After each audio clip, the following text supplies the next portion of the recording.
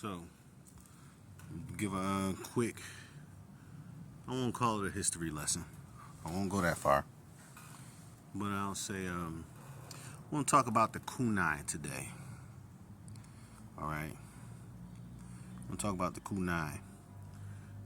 And what I'm dealing with today is, first of all, letting everybody know it's Survival 101 FD back here with another informative video. Dealing with disaster preparedness, safety training, and survival in particular. We're dealing with improvised weaponry and a little historical context of improvised weaponry. So, this is what we call a kunai.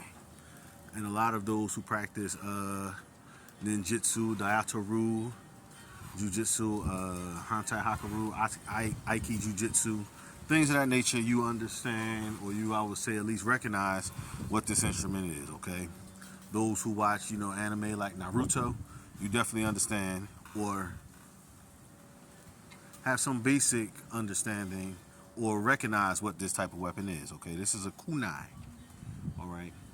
And one thing when I'm dealing with improvised weaponry, I try to explain to people, because I get a lot of flack, again, unfortunately, unnecessary flack, in regards to improvised weaponry on what would work, what won't work.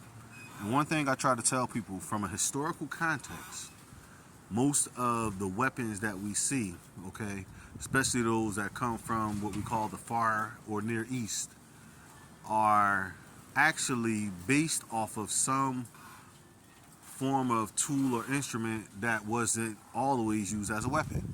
When we talk about things like the tonfa and the sai and the nunchucks and even some of the handbowls and joe staffs and things of that nature, they were traditionally farming tools. Okay, there were tools that were used in the field. We deal with the bolo machetes and the kukri knives and things of that nature. Most, if not all, of these tools were used for cultivating purposes, okay? Farming and things of that nature. And so, again, we all recognize the kunai, okay? You see the way that it's made with the, the paracord or some type of braided rope. A lot of people would attach rope to this little end right here, and they would throw it and then use it as a rope dart, something like that. All right, very effective weapon.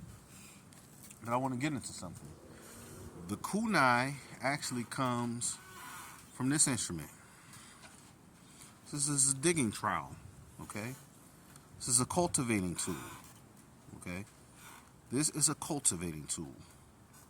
And so when I get into improvised weaponry and things of that nature, what I'm trying to teach or convey, I would say, to the people is, in modern times, because everything goes back to its essence, it's nothing new under the sun, I can't walk around, let's say, with something like this, okay?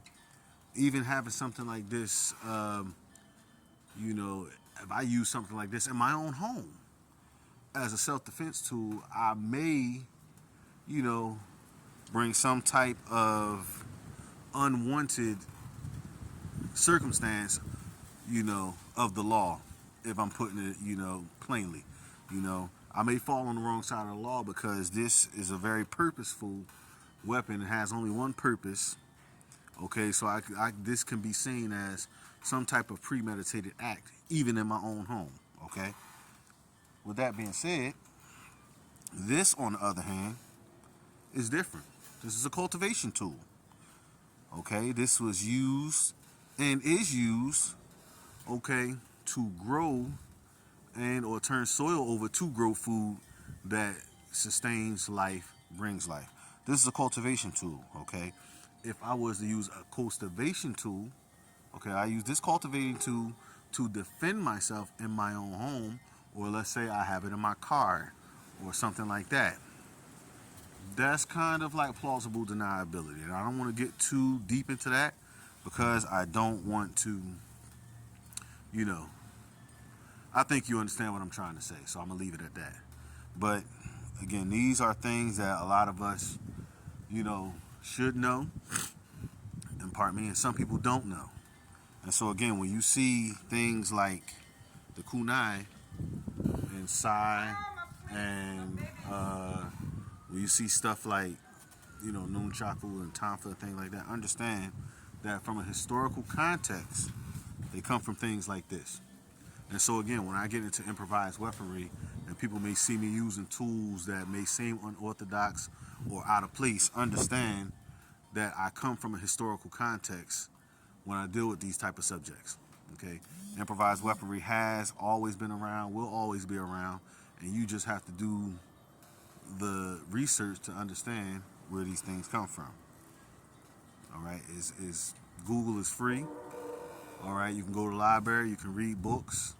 I myself was blessed to be able to speak with people who were trained in these arts and who have great knowledge in the history of these arts and how to use these weapons. So when you see me using certain things that may seem out of place, understand that it's nothing new under the sun. I'm going back to the essence, and I'm just repurposing cultivating tools to now be tools, for other purposes, life-saving purposes. All right, so just understand where I'm coming from with it.